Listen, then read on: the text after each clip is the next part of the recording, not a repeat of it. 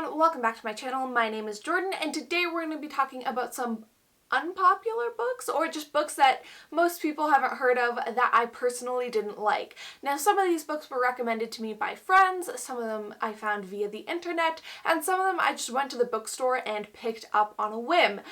And I was not a fan of any of them, obviously. So without further ado, let's dive in. I'm going to kick it off with one of my least favorite books that I've ever read in my entire life, and that is Pantomime by Laura Lamb. This book, as well as two others that I'm going to be talking about today, are books that I went to the bookstore and picked up on a whim. I just went through the YA section a couple years back and basically took my time combing through books, seeing what sounded interesting to me, and I ended up picking 3 books, and I hated every single one of them. But this ranks number 1 as the worst of those 3 in my humble opinion. This is a young adult fantasy novel that follows Iphigenia, or Jean, and Jean is intersex, which basically means that they have genitals of both genders, and Jean kind of identifies as both female and male throughout the novel at different points. Basically, Jean is very uncomfortable living as a female, which is what their parents designated them as, and eventually Jean runs off and joins the circus as a male. Now, I really liked the idea of this novel. It sounded fascinating and different, and it's nice seeing voices and protagonists in fantasy especially that are different and are not cis and straight, especially because this is the first intersex character that I had ever read, and I think it's the only intersex character that I've ever read. So it's really nice seeing that diversity. It's just a bummer that this book was garbage. Basically, we spend the entire book flipping back and forth, Iphigenia and Jean, as, you know, their adventure progresses. But it's this kind of drama-based story where it's very much centered about their identity and trying to discover who they are. It's kind of a coming-of-age story, and even though it is fantasy, you don't really get a lot of action or adventure. It's really just a drama. Until you get to the last 10 pages. Now, there's going to be some spoilers about to happen, so if you want to read this, then skip this bit, I guess, until I put the book down, but yeah, so we're just going to dive into that. Now, I read this book about 3 years ago, so I don't remember the minutia of the sequence of events that happened in the last 15 pages. All I remember is that it went from this really interesting drama about this character to literally just like everyone murdering each other, and, you know, then there's this whole sequence of all rapiness going on. I don't know if it's actual rape, but it's like rapey vibes, and then yeah, more murder, and then we find out there's some fantasy elements, and Jean runs away. And that's the end. There's no resolution whatsoever. It feels like so empty, and it just felt so rushed and out of place. It was like this really interesting drama, and the drama bit doesn't get resolved, and instead we get this crazy bit of action that doesn't make sense to the story. I had such high hopes. Even while I was reading it, I was enjoying it until the last act, and then it just fell apart entirely. And I think that's why it's one of my least favorite books of all time, is because I was like, this is such a cool idea. This has so much potential. I was enjoying reading it, and then it was like the worst ending maybe ever, besides the Queen of the Tearling trilogy. That is also one of the worst endings of all time. So it's a toss-up, but this book was garbage.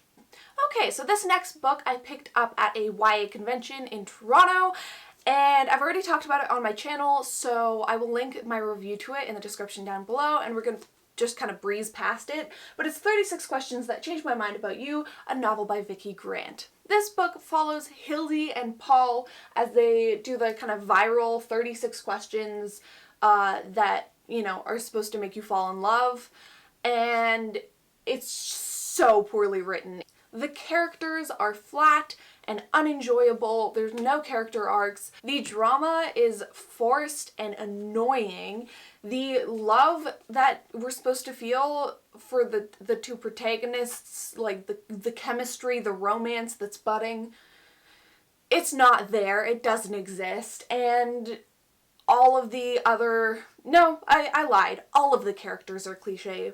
But if you'd like to hear more of my thoughts about this book, feel free to check out that review, linked in the card and down below, if you wanna. The next one that I'm gonna talk about is one of the other books that I picked up out of those three that one fateful day, and that is Before I Die by Jenny Downham. This is one of those protagonist has cancer books, and basically it's just a very unlikable person who has cancer and wants to do things before she dies. And that's kind of it. The characters were not likable at all. The plot was just very formulaic and dull. And in general, it was just kind of a slog to get through and did not leave me with any impression at all. Like, I wasn't sad. I wasn't, you know, books like this, I'm kind of trash for. I love a good tragedy, and this was just not compelling, which, you know, it surprised me how much I just could not care less for anyone in this book whatsoever at all. That's kind of all I have to say about it. Like, it wasn't the worst trash I've ever read in my life by any stretch, but it was just so meh, you know? It was just so dull. The next book that I'm going to talk about, I actually don't have anymore. I read it fairly recently, and I don't know where my copy of it went. I think I might have donated it, so unfortunately I don't have it to hold it up, but it is Company Town. And this book took me so long to get through. It was such a slog, and it broke my heart because it's a Canadian author. I really want to support Canadian authors because I'm Canadian. So this book follows Hua, who is a guard, I guess, to a bunch of prostitutes aboard an oil rig that is the size of a city. This company town is then bought by a family, so they change owners, and Hua ends up working as a personal guard to the son of the owner of the company town. It is one of the most convoluted plots I have ever read in my life. It made no sense. It was such a cop-out ending. I just didn't understand what it was trying to be. I'll get into the ending in a second, but that's for spoilers. But what you need to know is basically a bunch of the prostitutes, after Hua starts working for the new leaders or owners of the company town, are starting to die. So the prostitutes are mad at Hua for leaving them because she used to be their guard. And then so she's trying to solve the mystery of their deaths. But then also there's supposedly a plot against the son that she's also guarding. And it's just a mess. There's so many things going on. And now I'm going to spoil it. So if you do want to read this book, I'm going to hold up my hand, and once my hand is down, then you're safe. So basically, Hua ends up figuring out that the boy's science teacher, who we've met like literally once, is a serial killer who's killing all of these women to try to get Hua to not be a martyr and die for the boy, because the boy is gonna become the owner, and that'll affect how he runs the business, because the science teacher is a time traveler hired by the future company to then alter the past so that the boy becomes whatever they want. But they needed Hua to guard him because that also affects him. And then so they end up killing Hua, but she doesn't die because she had sex with a cyborg guy whose sperm healed her miraculously. I'm not kidding. That is how the book ends. Yes.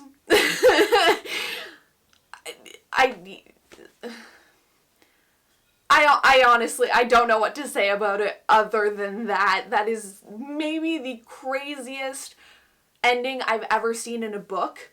At least I can give it points for creativity and inventiveness, because I don't know, besides like being on drugs, how you would come up with that. But anyway, moving on, the next book that we have is Dare You To. Now this book I picked up at, I think it was a Shoppers. It was basically a pharmacy on a road trip, because it was like one of the few options that was like kind of intriguing. It was summer. I was like, romance, you know, the time for love in my books. So I picked this up, and I will say, it's one of those books that is the worst garbage, but entertaining. It's like reality TV. Like, I have such a love-hate relationship with this book where I'm like, this is objectively the worst, but I also love it, which makes me hate myself. Anyways, this book follows Beth and Ryan. Beth is a kind of moody, angsty, damaged teenage girl, and Ryan is the school golden boy, and they fall in love. And I guess it's kind of interesting because they flip the trope on its head, where it's like the good girl falls for the bad boy, and this time it was the opposite. But there really isn't much to this book. There's not a lot of substance. I'm just gonna read the back. It's like a little excerpt from it, so you get a sense of what kind of book this is, even though I'm sure you already kind of know. Ryan lowers his lips to my ear. Dance with me, Beth. No, I whisper the reply. I hate him and I hate myself. Same.